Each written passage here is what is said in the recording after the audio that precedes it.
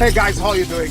Welcome to the Academy Answers podcast. Always a pleasure to come to you. I do this from my heart. This chose me. I never choose it.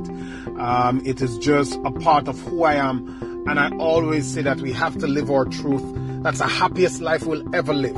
And, sometimes, if you'd allow me to prelude a little bit, sometimes we get off base with not understanding that not all of us find our truth naturally. Like when I was going to school, there are the kids who just play football, the kids who just play cricket, kids who just draw, the kids are just academias, and the kids who are just instrument kids, they play instruments naturally. But then there are the kids who have never been exposed to their truth, so they don't actually find it, and it takes them years to come out into the world and run into something like interior decorating or selling or the environment or stuff like that. They just come out here. It takes them a time to get into it.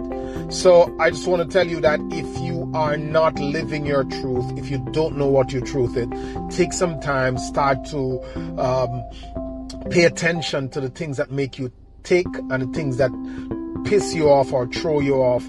Just know what it is that stirs up your emotions, and usually you can find your truth right there. There are the people who like, oh my God, I feel like going over there right now and taking that shirt off him. I feel like fixing her hair. I feel like fixing her face. And in that kind of semi-negative way, it is your soul sending you a signal that this is what I want to fix, this is a problem I want to solve, is a really one of the strong indicators of what your truth is. And I'll do a podcast one day to show you about 6 or 7 steps to finding your truth, and that would help you.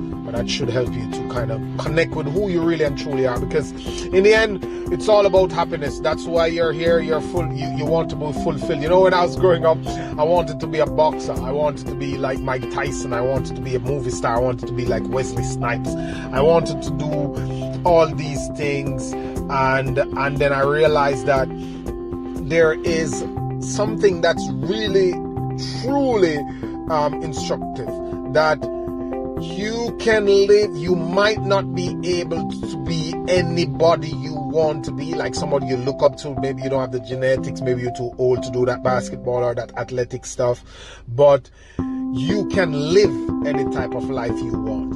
And the internet has made it in such a way that you can do it in the field that you want, even if you are not actually doing that specific thing.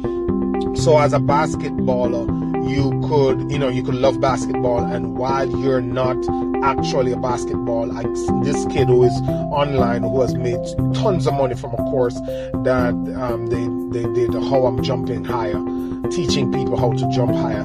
He's not in the league, nobody knows him, but he has made a living, live a life from something that is his passion. And I can imagine that even if he wanted to be a basketballer, he's happier doing something in that field. So what I wanted to talk about today was, I got a message that, knowing I'm confused, I don't know why I hear you and other people I listen to talking about growing, improving your life, doing better at my finances, my family, and doing better at my job, doing better overall in my health. I don't know where to start. I'm overwhelmed. I don't know what are the elements. I don't know what to do. I'm just hearing all these general statements that I need to, feed my mind. I need to make better choices. I need to get into action. I don't know how to go forward. That is common. I understand. I can relate. We all struggle from finding the best ways to go forward, from deciding on what we are to go forward with and how to go forward. And we must start at the start. And the starting point I will tell you and I will make you understand by telling you quickly one thing my grandma used to tell me. I used to watch her cook, so I'd sit in the kitchen and she would prepare everything, and she would go through the process of preparing a meal for our family, and every chance I get, I like to eat. I used to love eating so much so as a kid, so I would always try to be near to the food, as near to the food as possible. So she used to sit there, and I used to watch her cook, and two things I learned from that. One, I learned from observation, and one, she told me.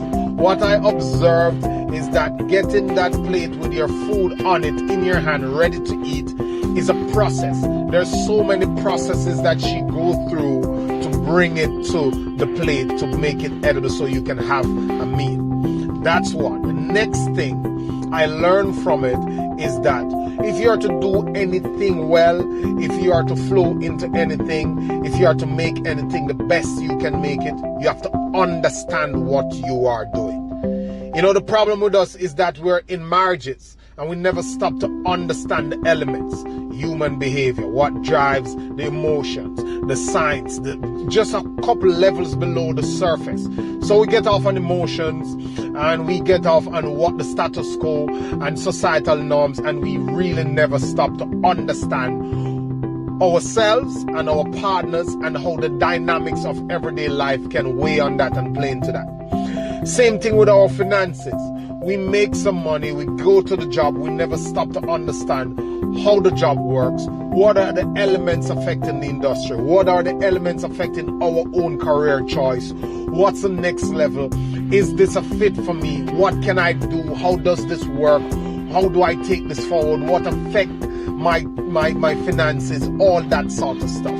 If we're in business, we get to a level where we make some profit, or we can get through the normal routines, but we never stop to understand our industry, how marketing, how pricing, how the demand and supply is going, how the market on a whole is responding to what we're doing, what are the changes that are likely to take place, how other people are doing it, what the competition is doing. We pretty much never stop to understand that. So my grandmother used to say, Lowen, I watched her and deducted that, look, you must understand the process, and everything has a process. And she told me that if you are to cook like this, if you are to do this, you have to understand what you're doing, what amount of heat has to go, how long it has to stay.